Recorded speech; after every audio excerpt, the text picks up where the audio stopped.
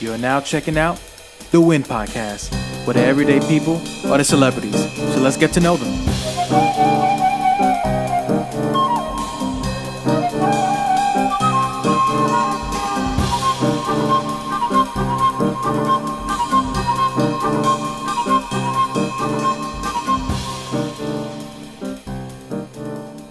Hi, I'm David Van Keuren, and you're listening to the Win Podcast. We met at Buffalo State College. We was It's true. I remember the first time I met you. You do? I do. I had a actually big purple shirt walking down the front. You were a bigger guy then. I was probably like 10 more pounds heavier than what I am right now. Yeah. 10 and a half. All right, tell that. Thank you for that. Thank you. And you walked by, and I think I was like, I didn't know what I was like. I don't know who this guy is, but people were talking about him, so I said hey, and you said hey, and I said something about like film stuff, right? Yeah. And you were like, yeah. And I was like, okay, and I just walked away. I don't remember that first time. You know what's so funny? I just remember really getting to know you when we were shooting like a short film, Take 5 or some shit like that. I guess that's when I really started to like notice you, because we had a lot of moments we were just talking. I'm like, yo, this guy's funny. And then from there, like our relationship and friendship and brotherhood and filmmaking, all stuff started flourishing from there. So that's how I remember you now. I'm so popular and handsome, it's hard to say no. I remember the purple shirt, but I do wear those big colors. Purple shirt, yeah, I remember. So because you were dressed up like you were dressed up. Okay. You know, because you always often dressed up are dressed up, right? But you have a fashion sense to you. Gotcha. You know Thank what I you. mean? And I don't anymore. I think I used to care. No, I just don't you care look great. anymore. You look No, great. just, So David, for the people that's hearing and watching and listening, who are you and what does David mean to you? And that's how I'm going to start off this. Well, my name is David. And what does that mean to me? Yeah, like what are you, actor or whatever? And what does David mean to you? Well, it's changed over the years, I think. I think that it's good to be open to changing, to moving forward with things. You know, for a long time I had one thing that was, David's thing to do. Gotcha. Right? And then I get older and out of high school, then there's another thing that's David's thing to do. And it's another thing, and it goes on and on and on. Right now, David is an ever-evolving work in progress. Gotcha. But I want to start off, I guess, how I met you, the director and writer side. Okay. So, I guess my question is, how did you get into... David is a lifestyle. David is a lifestyle. He's going to have his own cologne. You can sign up. So, $10 a month. How did you get into, let's go to one aspect of that. Okay. Let's go into, how did you get into the whole passion of directing? And what was that movie for you that kind of triggered? Because like you said, David has different changes, different lifestyles. Totally. So one of them I want to get into, before we get into your childhood and growing up, the gift that you have of directing. When did that spark? What was that movie too for you? That was I have a couple of movies. The first one I can say for sure is when I was 7 or 8 years old. I had grown up watching all those Godzilla movies. Godzilla versus King Ghidorah, Godzilla versus Mechagodzilla, all those versus movies. King Ghidorah, I didn't have cable.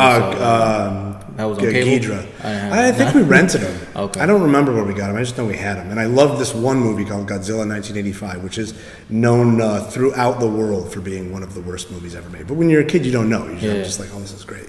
And I didn't realize there was an original Godzilla, the one from 1954. And I'm not some genius kid or anything. I was just probably at a video store with my parents, and I was like, this is the first one. This is crazy. And it was black and white, and they had, did you ever see it? No. Because there's I saw the original with Bryan Cranston. The original. Classic. And so I think maybe my parents rented it for me or something, as you want to see the real, you don't know the real. Oh, okay. That's dope. See it. So I had my friend over and we watched it. And it was there's the Japanese subtitled one and there's the English dubbed one. But I'm a kid. I'm not going to read subtitles. That's awful. I can't do that. So they got the dubbed one, which everybody was the one that everybody had seen. And we saw it. And I loved it. I thought I cried at the end of that movie. You cried. I cried myself It was 8 to years, sleep. It was 8. I did. I remember crying because my friend Claire, she was over spending the night, and we were like, "Oh my Godzilla speaks so good," and I was crying, brushing my teeth, and my mom was laughing at me. That is hilarious. She was, "He's a tragic monster." And I was like, "Yeah." Because he dies. He's at the my end. monster, He Mom. died. Well, because I thought, I'm watching all these other. Godzilla's always the good guy. He's always like winning and fighting. Yeah.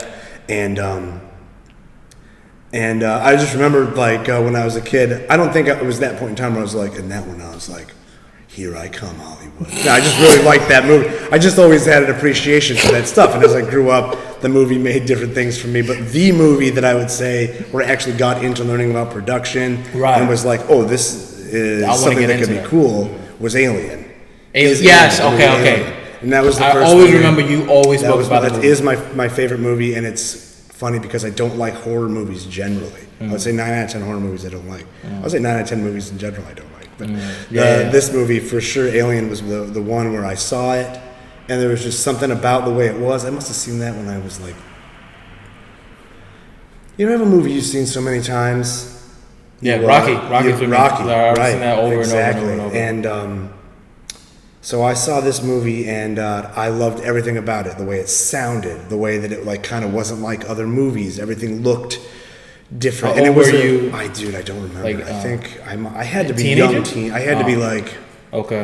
It might have been one of those things where I saw it when I was like a kid, because back then you could just go get whatever you want. Yeah. I mean, I think I might have seen that movie as like I went to a garage sale and I bought like a pirated tape, because you remember you could do the if you had 2 VCRs, yes. you could do that. You could sell shit at the garage sale, and that's how I saw a lot of those. And then what was the steps you took after? Like, so you like, okay, so first of all, you cry your eyes out. Then you're like, you know what? I'm gonna give this another go. I'm gonna see like when I gathered myself a decade later. I said, I think I'm ready. So what was yeah? So you saw Alien. So what was the next step you took? That like, I want to learn about now whatever they're doing. I want to go behind the camera. That triggered. So my love of production got me into my love of film. My love of film got me into the love of like how movies are made, how backgrounds, all the tricks they do. I'm like, oh, that's just a big painting that they shot at this angle with like with some smoke, and those are actually just little Christmas lights, but you can't tell because it's because now everything's I mean, it sounds so stupid to say it's all digital now, but like back then there was a lot of more. A lot of work that you had to there's a lot more. I'm not going to say problem solving, but there was a lot more. I think there was a lot more things that they had. There was a lot more into it. You had to get, a carpenter. You had to get a sculptor. Or a 7-foot person to play a 7 foot. An 8-foot dude that they found in a bar in Manchester or something, right? So anyway, so this started me the sort of the magic of the moving image. Sort of got me going like, oh, they have this huge suit. They just shoot it like this. It's great. So that got me into Stanley Kubrick. And once I started getting into Stanley Kubrick, that's when I started going, oh, I'm going to get a camera and I'm going to start doing this. Like, this is what I want to do. And Stanley Kubrick started off as a photographer. And so I went and got like I think somebody got it for me. I think it was my mom's Pentax 1000, an old Pentax black and white camera.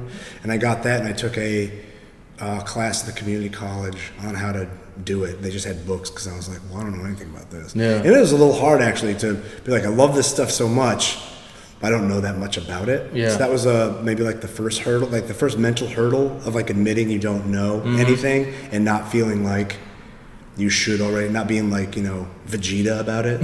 Being like, I know everything there is to know. No one can fucking do it. And you're like, all right, well, just go in there. It's okay if you don't know. Just go in and find out about it. And so I did that, and I read all the books that there was to read about it. And then I'm in this small town, right? I grew up. I was born in San Diego, and we moved to Canandaigua, New York, and I'm in this small town, and I'm trying to get it together, but I don't really know. Like I want to do this, but it's like it's kind of impractical. What am I doing? I get involved with all the seedy underbelly of the small towns, and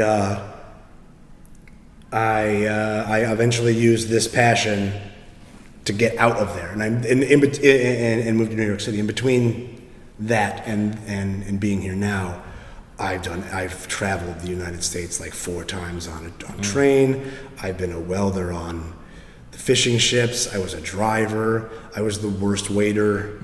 Probably I got to be top 10 worst waiter. I am, for a person who should not be anywhere near customer service.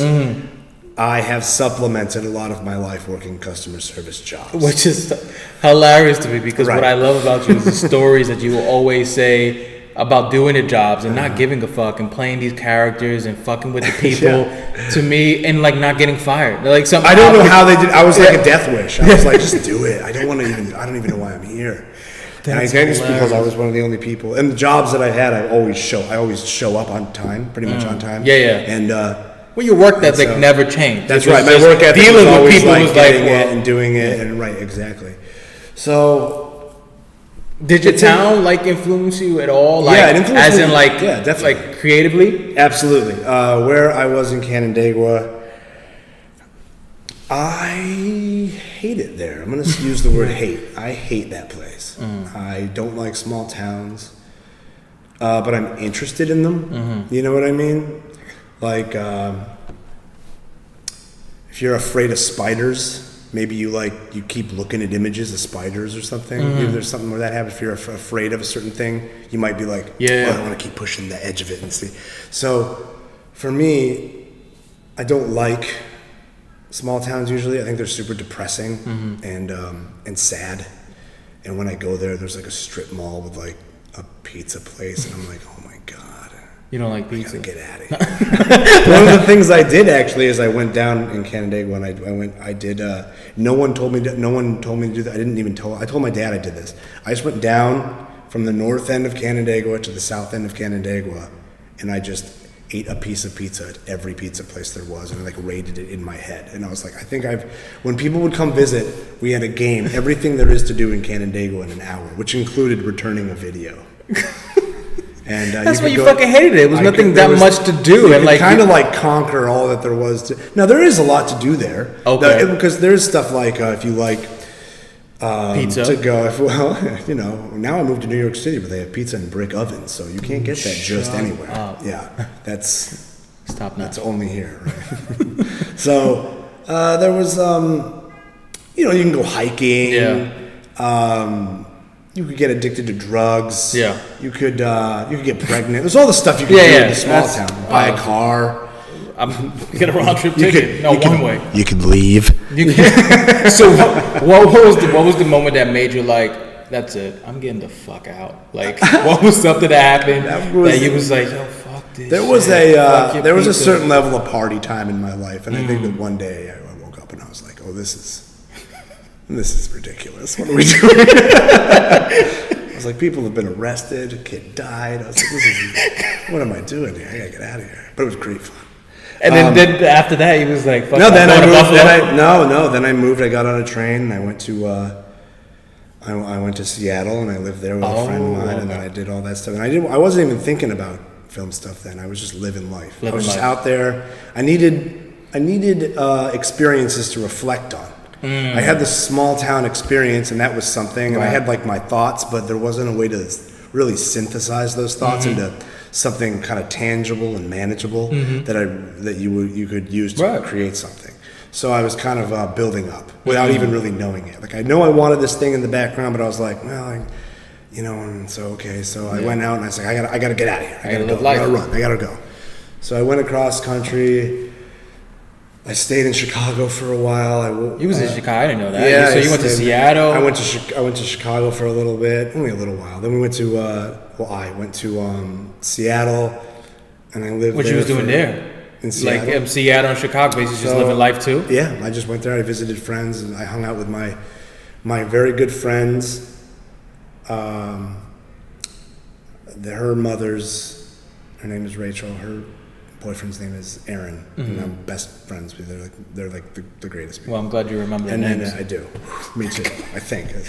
And I stayed with her grandmother in an attic, and we just talked about Abraham Lincoln a lot, and So yeah, I just hung And around. then I get back on this train to Seattle. That's the meat. then there's an interesting one, and I think one point we never really dived into. So we did, but I actually don't remember the bits and pieces. Only remember bits and pizzas. Bits and pizzas. Bits and pieces of it. Was like you was like sailing with pirates or some shit like that. Pirates, wow. Was it Tell me this story. That's great. It was like you went on a fucking boat, motherfucker. No, I didn't go on a boat. I didn't go out to the ocean. No. So what was it? You was with. All I remember you said. I remember waking up and it was playing like this Spanish music, palenque, palenque, and like you was like, "What is that?" And you was with like a whole bunch of Spanish people on a boat or some shit like that. Oof. You said, Yeah. I remember. No, I mean there is a point there that. So let me tell you, and maybe this will. I don't remember that exact story, but hold on. So I go there and I'm looking for jobs in Seattle. I'm the worst. This doesn't have anything to do with film. This is just stuff I did. Yeah, it all makes sense because it's this whole journey of living life and then all that you're going to take to get into what you want to do finally.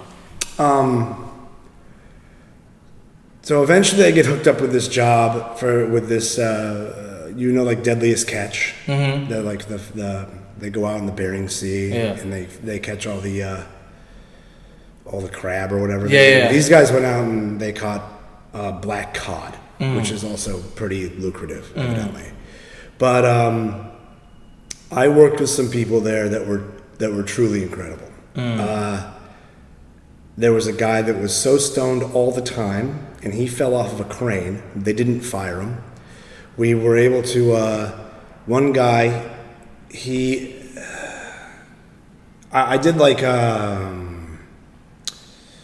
What do you call it? It was like dry dock maintenance and things like that. So I was hanging off the side with power tools, fixing it, running the epoxy, all that stuff. And there was one guy who I worked in the engine room. It was all the way in the bottom. There's big fishing boats.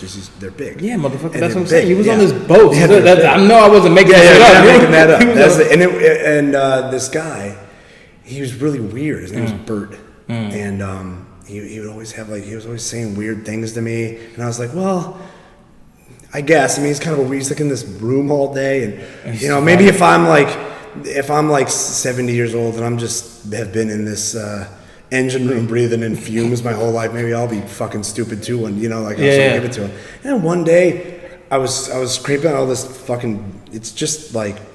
Not a bilge, but it's all this water and chemicals and oil you have to get out, and then you have to get all the pipes out, and you got to do all this. You got to crank those big pipes, and the handle is chopped off, and they use a chain, a ratchet, and a crank, and you got to crank all this. So I'm under there, all this. And he goes, "Did you get all the mud out of there?" And I was like, "Yeah, I got all most I could." Playing with his kinda. He goes.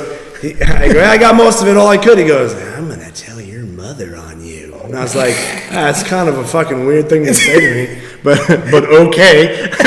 Well, this is life experience. Well, life experience. It's the summertime, and this high school kid comes on board to work. Turns out Bert can't be within 100 feet of a minor because Bert is a army deserter and a registered child sex offender.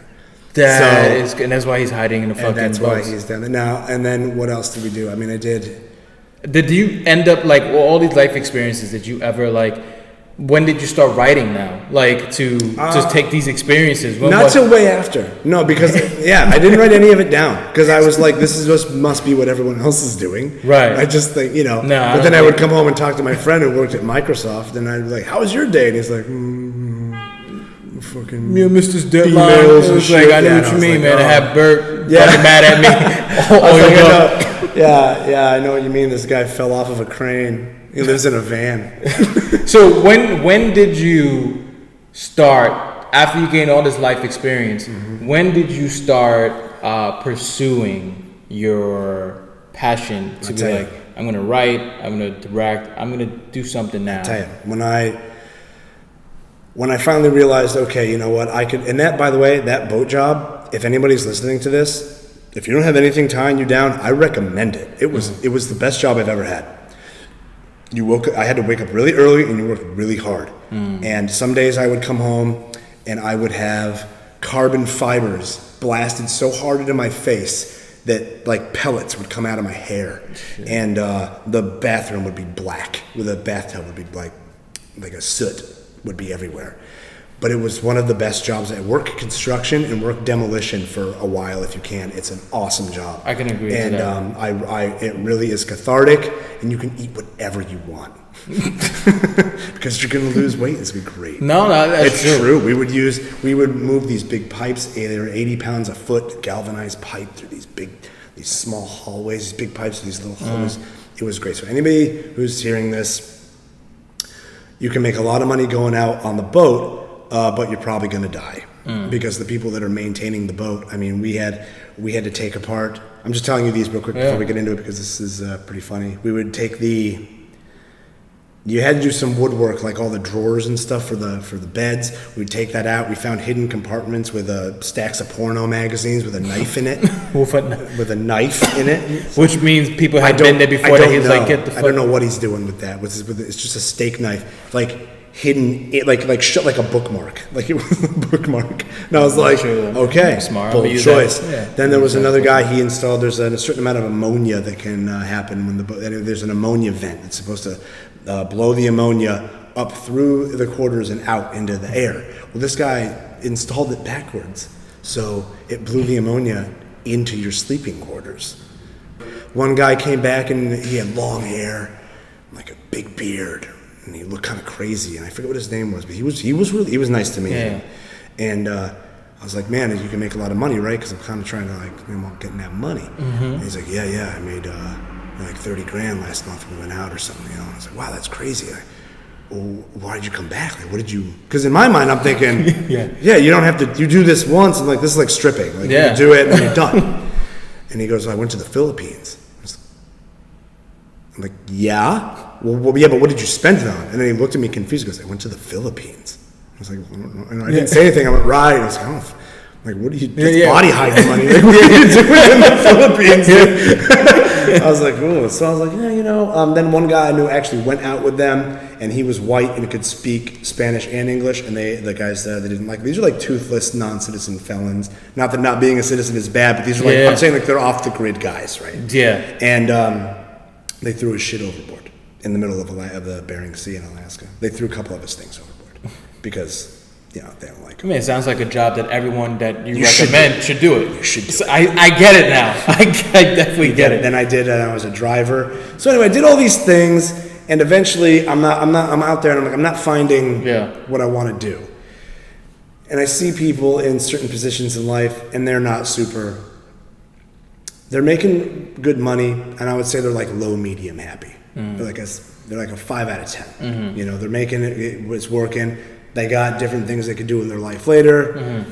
And I'm going, you know what, that's cool, but I want to try to do it my way. And I've always, in my life, I'm like a late bloomer. I was always when I was younger, I was always I would start slower, but then finish the strongest, kind of a way, right? So I decided I'm going to go back to school. So I moved back to Canandaigua, which is awful because I've like sworn this place off, right? I'm going, I'll never go back, and I'm beating my chest like I fucking made it out, And they go back, and I'm like, there's nobody there I know.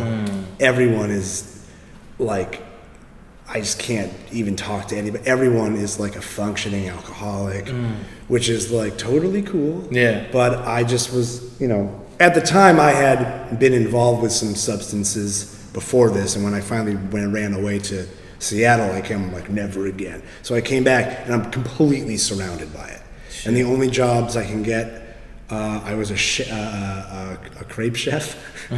Crepe chef? Crepes. And then and I detailed sailboats. Those were the 2 jobs that I had at a marina down because Canandaigua has a lake. It's called Finger Lake. And I did those things, and the only reason I think I didn't get a DWI is would go out is I just asked the bartender to make me Shirley Temples. There's cool people, but I just hated I just couldn't get with the vibe. It was all like, just too much drugs, and I was like, after a certain point, I'm like, this isn't really doing it for me, So that's why I decided I'm going to school. So I'm a little bit older. And the world fucks with you if you get a little bit older. Mm-hmm. The world is like, if you didn't write that script at 19, you're a fucking loser.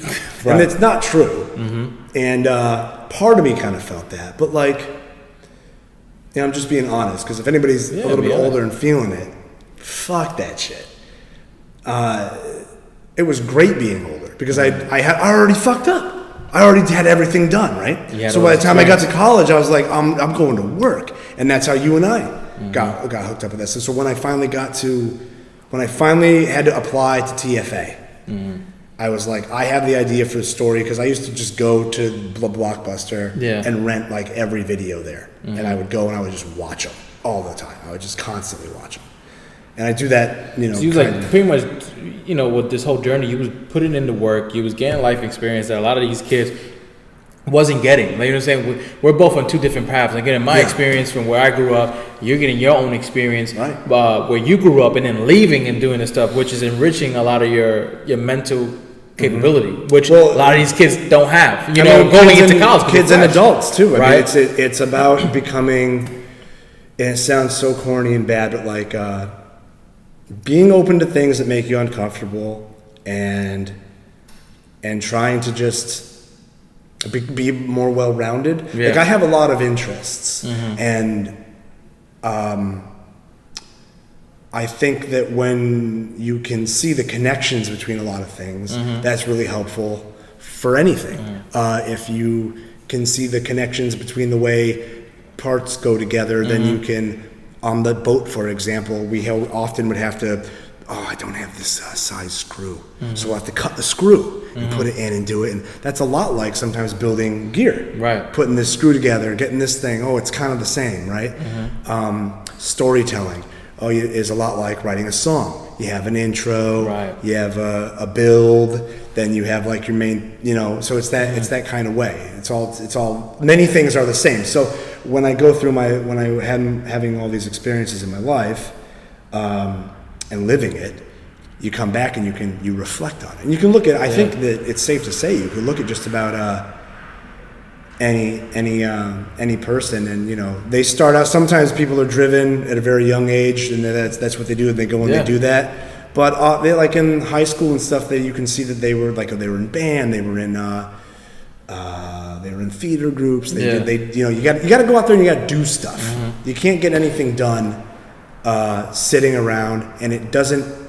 However good you think it is in your head, it doesn't matter if it doesn't exist outside of your head.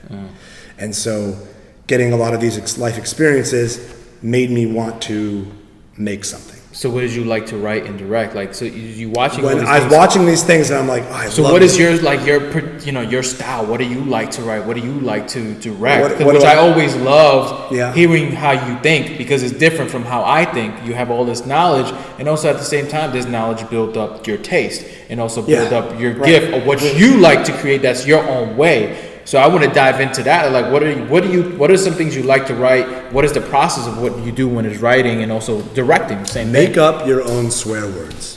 Okay. There's a that's my advice. Try to make up your own cuss. What do I like to do? What's my style? Yeah. Well, I think that what I like to try to do is, when I try to make something, what I'll do is, everything in life, I think that it's not as serious as you think. There's sort of like the juxtaposition between something being really, really serious and also like kind of a joke. So when you have something like from the script I wrote, the intro scene is a guy getting yelled at by his crime boss, and he's kind of beat up. But the boss is saying things like he's just talking at him, right? And it's kind of funny because this guy's sitting here, he's just kind of like, I guess I messed up, because he tried to do something that he thought was a good move, but it wasn't a good move. This is a bad example. You're like, No, keep going. I'm following you. But like, it probably is like something even simpler than that script, right? Like, how did you start developing like your writing style and your directing style? Whether you want to give credit to it or not, you do have a style that you developed. Because It's true, and I didn't think I had that. You know and why? you I have know an that. eye. You do have an eye and a hand to write. I didn't know if I did or not, and I wrote a letter to this woman who directed a couple of like fashion videos that I really liked, and I was like, oh, what do you think of my? I said, could you please look at my stuff? She was like, oh, this is really great. Your only problem is that your equipment's old, and I was like, oh, this is great. Yeah. So that was like one of the best. So pretty much by doing it, you started, I guess, building confidence, and then from there, you started seeing certain things. Yeah, I think that's right to say. Maybe I don't understand the question over there. So what it's like, you know, all right. So for instance, I do comedy. I developed my style by finding my voice, working on myself with my spiritual teacher. I started developing my type of style in comedy, how I like to do it from storytelling. It's not just jokes. I have my jokes, I have my drama, I have my music, I have this. So I started developing what I enjoyed doing in my regular life and now putting that into stage. So I guess what I want to know is like, what you love Alien? That's one type of thing. You love Godzilla. What is your style of writing? What are the things that you like to write? What are some things you like to direct? I like to write. I like to be a part of and write like absurdist drama. So something like, you know, I aim to be. Something, you know, like I really look up to the Keuren brothers, Gotcha. for example. If you want to do a comparison like that, how would you describe their style? I would like to replicate that style, a little satire, a little bit based on real life, a little bit, you know, like this is a really serious story about like X, Y, or Z, but also like this guy's kind of an idiot. Yeah. People that get in over their heads about things. And then they can't get out of them because they're trapped in a situation, or their intelligence has only brought them so far, and they're not actually an intelligent person. Gotcha. So a couple of the main characters I have, one is you're not sure if he's an absolute moron or if he's super lucky, or if maybe he's like really thinking about stuff. Another character is you're like, man, he's really stupid, but he just kind of keeps doing things, and things work out the way they work out. And that's a lot how life is. Sometimes, you know, if I present a piece of information to you, if I give you a movie or of something I made, if you give me something you made, and you're like, man, I don't know if this is good or not. Don't tell me, because I don't know that you're not sure about it. So if you have something that you think that you're unsure of, nobody knows that except for you. So the characters, you are in on the joke that they may or may not know certain pieces of information, and the other characters are reacting to that. Does that make sense? No, it makes sense. So like if you are insecure about a joke or a whatever that you're doing, a song, if you're like, I don't think it's that good. You'll play it or you'll tell it, and then people will. You've always gotten good reactions. Right. But I'm sure you're insecure about certain things. Everybody is. I am too. Yeah. But once you put it out there and just shut the fuck up, and then you build up to it. You build up to it. You keep on. The more you do, the more you feel these insecurities. You know, you start, you know, getting the approval from within rather than the outside. Of course, it's normal from the outside. They're gonna be like, that's good. I like that. You know, and sometimes the world may lie to you. It's like, even though you suck, they may say you're great. But deep down, you know if you're good or not. You know what I'm saying? Like, no matter if, whatever you're pursuing. Even if you feel like you're not, you got to stand by what you did, and then people will. I have a feeling that like. I'll just use me for example. I was very insecure about my voice for many years. I knew I can sing. I knew I had the range and the passion to sing. But of course, you know, I had to build up that confidence knowing that I could do it. Not that everybody says, oh, I heard your voice, sounds good. Because at the end of the day, that's not enough to build me up. It's only up to a certain extent. Right. You know, everyone sucks in the beginning at something. You know what I'm saying? Sure. Everyone. You may have the gift to do it because, oh, how come he's picking up the guitar faster than I? It's there implanted. Now you just have to do it to build up to get better. Right, so that's 10,000 hours, right? There you go. Yeah, exactly. And I see a lot of people that are, if you 10,000 hours doing something, people who don't know, if you do something for 10,000 hours, then you become a master, I think is what it's. Exactly. And I see a lot of master consumers. You're a master at just scrolling on Twitter. Yeah. Right? Yep. There's a lot of people that do that. And those are really hard habits to break. And hell yeah, it's fucking fucking tough as shit to break really these things. Because it feels good to be lazy. That's the other thing I wanted to get into is writing stuff. That does not come naturally to me. Sitting down and being like, Angela Lansbury and shit. That's not really. That doesn't come naturally to me. Sitting down, going, like, oh yeah, it's so good. Somebody like maybe Quentin Tarantino. Maybe he can sit there and be like, oh yeah, so good. Dude. So how does that? But for me, it's perfect because I wanted to talk about what are some challenges that you face. Like you can't just sit, which happened to me. I can't. I'm an out loud person. Yeah, I got a pace. Even right now, I feel like I'm sweat. I can't sit still. I don't know how you're in. That. No, I can tell that this I'm maxing out. This is great for me because I'll be honest, this is the first time that I'm interviewing someone that you can tell they're not uncomfortable, but they haven't been interviewed so much that they're like, what do I say? How do I say it? Does this make sense? I guess I'll go here. And it's great because not everyone has those tools to talk, right? And media coaching. Right? Exactly.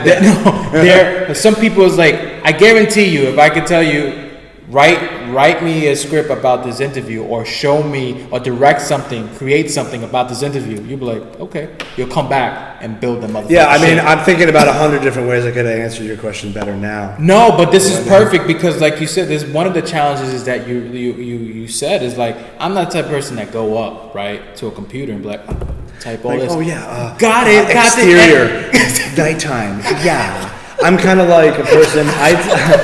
Oh yeah, fade in, right? Like I'm not really that way. Some people can do it. You know who can do it? Joe can do it. Yeah. Joe can sit there. Our buddy of ours, Joe. Yeah. He's did it. He wrote a whole thing, and he's doing it. But like I can't sit there and do that. I gotta I walk around. I take audio notes. Things will come in big bursts. Or I'll get like a vague idea, and then I'll sit there and I'll like furiously, and then you narrow it down. So you start with this big shotgun pattern, right? This big wide pattern, and then you kind of narrow it down. Does the same thing happen to you for directing as well? Like if you're gonna have a short film that you're gonna direct, does it work the same way? Like you have all these ideas, or you don't even have an idea of what you're gonna do with the shot? Here's what's gonna happen: you're gonna have an idea in your head, and then you're gonna be on set. You're doing it, and you go, "Oh my god, this is not what I thought this was. This is gonna fucking suck." Here's the levels. Right. You're like, "Oh." Yo, you're like such a good idea.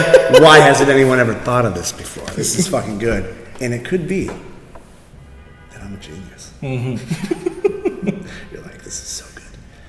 Then you get there, and everybody's there. Everybody's been up since 4 a.m. It's all there. You got all this money into it. And you start going, you're going, oh no, this is not turning out the way I wanted it to. And I'm running out of time. There's no way I'm going to get the things I want because this isn't happening. This person isn't doing this. I thought it would have looked different, right? And you're like, oh my God, what am I going to do? Then, because I also edit, then you get the stuff back and you're editing it. And then you start going, oh, wait, okay. So it turns into, it kind of, it's not exactly what you wanted, but it kind of turns into something else. Right. That's like, sometimes better, sometimes it just works. Right. But again, once you show that to someone, nobody knows. Right. I think it's all part of the process because I can agree as an artist, like when I have these ideas to write these shows, sometimes I don't get no messages. And then sometimes it's nonstop, pop, pop, pop, pop, pop, and I have to write it down. I get the ending or a part. I think what could be an ending or whatever. And when I start writing it, I get these ideas and I do it, but then I don't really know where it's taking me per se. Like I have the synopsis of like what I would like this to be, and then everything else takes its course. And I think part of me had to get comfortable with that. Yeah, you have to let stuff happen. Right, exactly. And if you sit there and you're like, it's not exactly what I mean, then it's never going to be what it's supposed to be. And it never is. Right. So it's like a living, breathing, never changing. I always say, like, sounds stupid to I say. I remember I had a teacher that said, a script is a living document, and I agreed, which means it will always change as you get older, and when there's always something to add or take away. As I got older and more spiritual, I saw that like a script is a living spirit, which means it will continue to feed you, give you messages, learn, grow. It's a human thing, it's a soul, has a spirit. It will always change. And I think a big part of being an artist and a writer, a director, whatever it is, any form, is allowing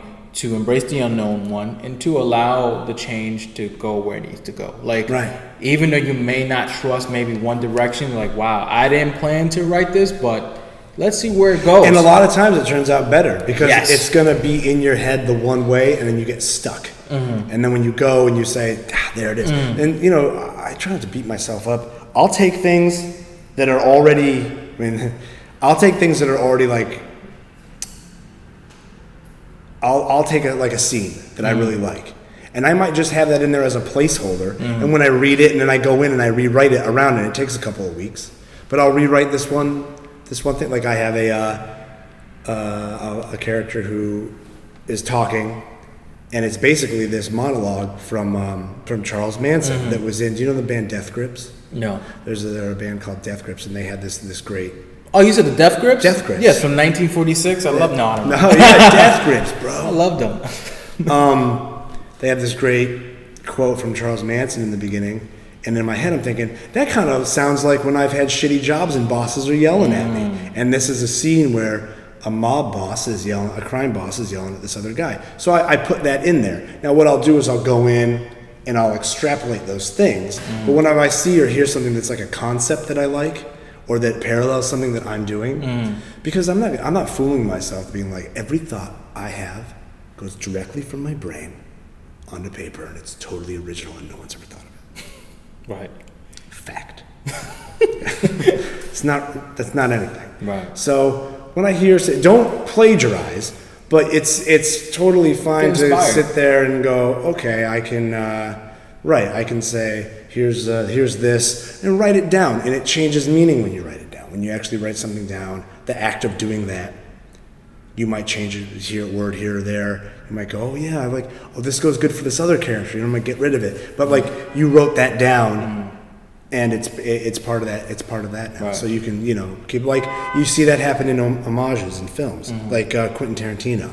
He'll lift scenes from other movies that he likes because he's like, it's this, but this, and then you're making a reference to another thing. So it's okay, basically, just to pull inspiration from anywhere and everywhere. It's don't okay. plagiarize. Don't copy and paste it because it's illegal and it's lame. Don't do that. So you basically took us on this whole journey, right? From Canandaigua to Chicago. So entertaining. From being the Rocky Mountains. I drove through the Rocky Mountains. The Rocky Mountains, being on the boat with Bert, and going to Buffalo, right? Oh yeah. And then you also are all a part of. You had this thing breaking hearts the whole way, dude. You start learning about your art and pursuing it. So I guess as you look back, I want to know what is the valuable lessons that you learned from all of that. Like the average lifespan of an American male is like 86 years old. So subtract that from your age, and that's what you got if you don't get hit by a car. So get out there and do your shit, because pretty soon we're all gonna die. And you get this much time. You know what I'm saying? That's what I've learned. When I've seen people be drug addicts, I've seen people be successful, I've seen people sit there and never be successful, never do anything. And it's a struggle to go out there and do shit. But I mean, like, I came to New York City, I came here to do shit. And it's hard. Yeah. I didn't do shit for a couple of years when I got here, because there's so much input, there's so much stimulus going on. What's that quote from The Hobbit? He's like, I try to run, but I have all my energy just to stand still, or something like that. Kicking the door, waving the 4-4. Yeah, something.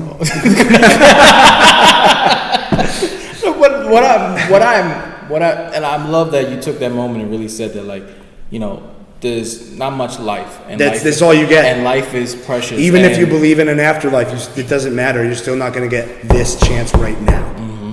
Even if you're like, I'll live forever and everything will be $1 and I'll be with my, I don't know what you think heaven is or whatever the fuck that is. But what I love about you, right, through this whole process, and I think you nailed it, right, that never give up no matter how old you are. And what I admire about you and your story is that where you felt like you started late, I feel like you started on time. Yeah. Because all this stuff that you had to learn from, it builds you to the man who you are right now. You know, from learning these lessons in Canandaigua to going into the boat to Chicago to Seattle to whatever, it all built up to where you are right now. And then even learning and the people that you met. And then what I admire about you is the risk that you take, no matter the doubts that you had for the many years that I know, the doubts that you had, you know, the insecurities that you had, the fears you had. It's like, fuck it, I'm just gonna keep going.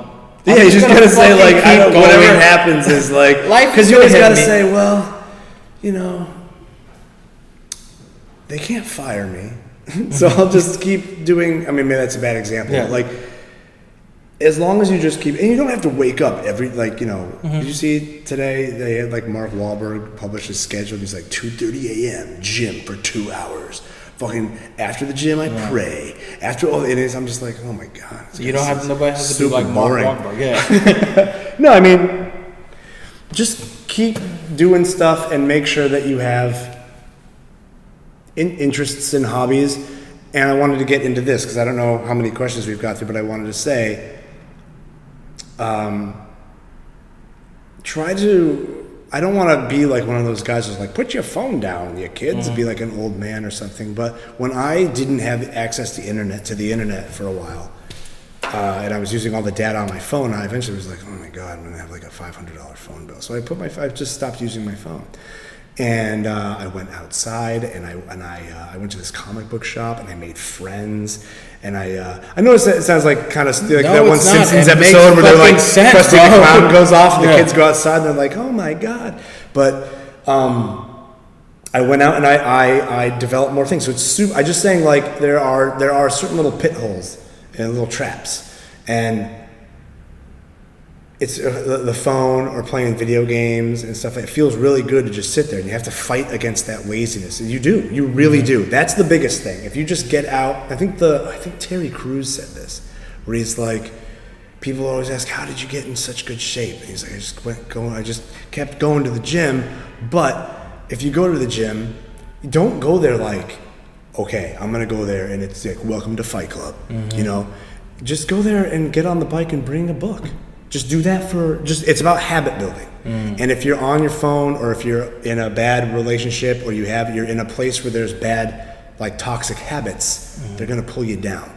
And it's up to you, even if you're don't want to do something in the arts, even if you want to be, you know, the world's best accountant, I don't know. You know, you have to have like good habits. Yeah. And so it's about fighting that urge to go like, oh man, I'm just gonna eat this pizza. No one's looking. I'm just gonna watch like an hour of stupid shit and stay up till 5 a.m. and waste all that time. Because you get home. I'm sure I used to do it too before I got off Facebook. I'd come home and I'd go on Facebook and I'd be like, holy shit, it's like 9 o'clock. I had like 8 hours of Facebook, like just going, like just scrolling through, going, oh yeah. And they're like, why don't you go on Facebook? There's just fucking nothing if you think about it, there's fucking nothing to do on Facebook. You just keep scrolling through until it's like we're so interested in everybody else's lives but ourselves. Not even. I don't think people are even interested. I think people are just looking for a distraction. They're just looking to ping that part of your lizard brain, that part of your primal brain that's just like, feels good to just sit here and not be responsible for anything. I'm not saying everybody's got to go out and no, but you're saying pick your habits and know when to use them and develop positive ones and learn to communicate. Live life. If you spent as much time on Facebook as you did like trying to learn guitar, you wouldn't be as good as you are right now on guitar. And I'm not saying that you'd have to go like every day because because the wind did it. Yeah. You got to go in there and but use that. Use that into something valuable. Yeah, but don't I mean, for me, it's a slow build up for stuff because I didn't go home and start typing all this shit all the time. Like, but now what I do is I get on my phone on the train and I'll write stuff like this. I'm making a video game, I told you earlier, and certain parts of the video game where I have ideas for that or how that should work, I'll just start writing that on the train on my phone instead of just sitting there playing a game, or which is also fine too. Yeah. You know, but I mean, pick your poison. There's just things you gotta have in order to move forward with the things that you want to do. Because if it is in your brain, it's going to just stay in your brain, right? So it's you got to get it out of your brain. So the more you know. I love how we ended that, because that goes now to our segments that have part of the podcast. I do three different segments. Lightning round. Okay. One of them is lightning round. The first segment is called Peekaboo. And it's two questions. Okay. What is something you hide from the world?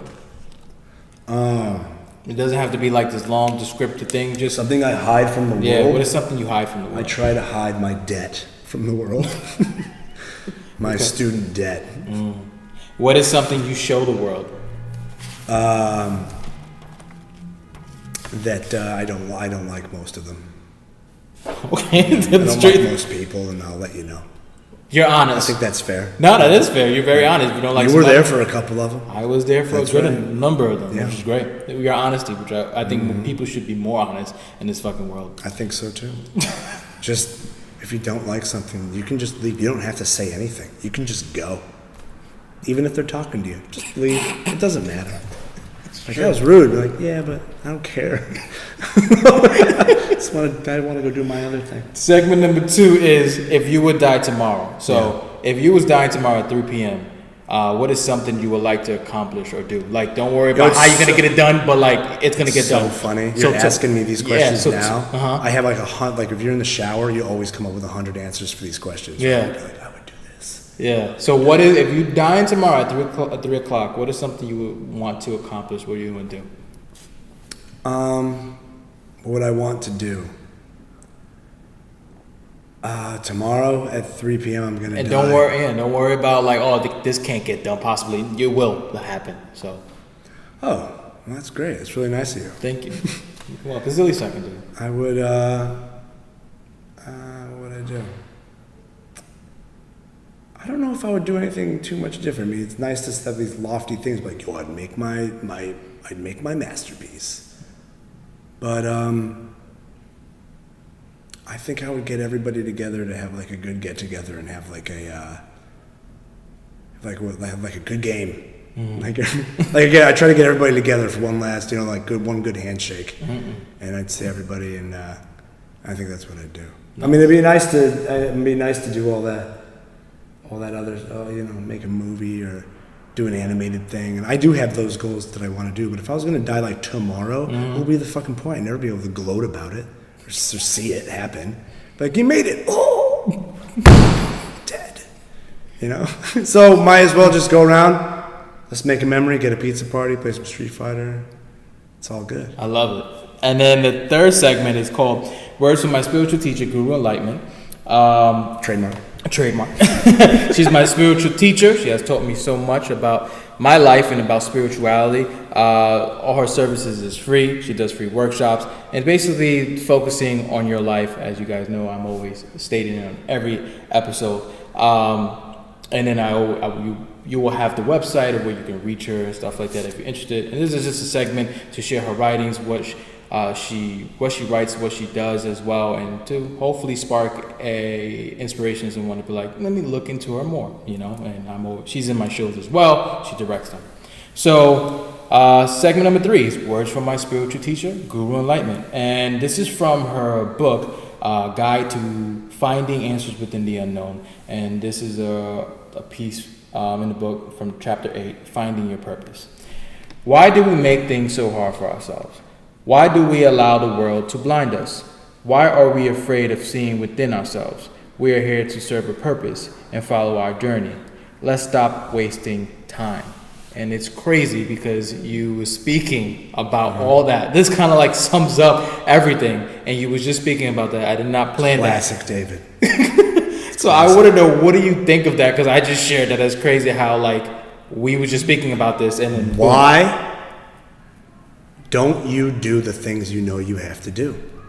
It's incredible, isn't it? I will sit there and I'll be like, I know I have to do this. Every minute I wait, it's getting worse.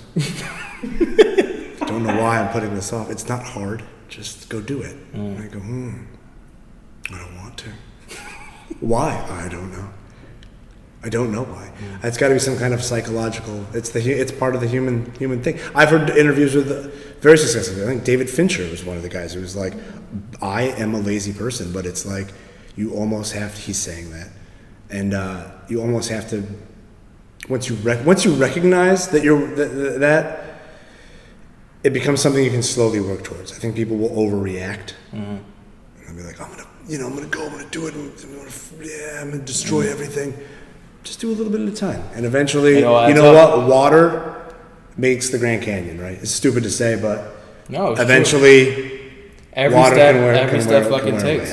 So I think that pretty much wraps up this episode of let's stop wasting time, and what time as in, your journey, your purpose, being on Facebook. Take that time, and even if it's just a little bit at a time, put into something that you really want to do. But still, like, give yourself time to do stuff you want to do. Like, right. I'm playing Zelda. It's great, right? And I just, I have other stuff I do, Right. And you'll see people will be like, nobody wants to be like one person is like, that's all I can ever talk about. It's that one thing. It's kind of like every time I know everything you're going to say. I've already had every conversation I could possibly have with you. Not that you have to be like this great, interesting person to everyone around you all the time, but there's a lot out there, man. Yeah. One of the things that I'll end this on, one of the things that made me want to go into not just filmmaking, but like doing things like documentaries or being interested is if you close your eyes, if you're watching this, close your eyes right now and just point your finger to anything in your bedroom or on the train or wherever you are, and there's an entire world behind that. This table we're sitting onto, there's an entire somebody had to design this. Somebody had to, it's not very interesting, but like there's a whole everything. The branded things you have on your shirt. There's a whole world behind the people that make the shirt. How does that get moved around? It all took time to make. What's that? It all took time. It all took time to make it, and you got to make your time. Once again, thank you everybody for checking out another episode of the Win Podcast. You can check us out on SoundCloud, YouTube, Instagram at the Win Podcast. And any information you want to check out, just look at the description box and all the information is there. So thank you again, and I hope you enjoyed another episode. Peace.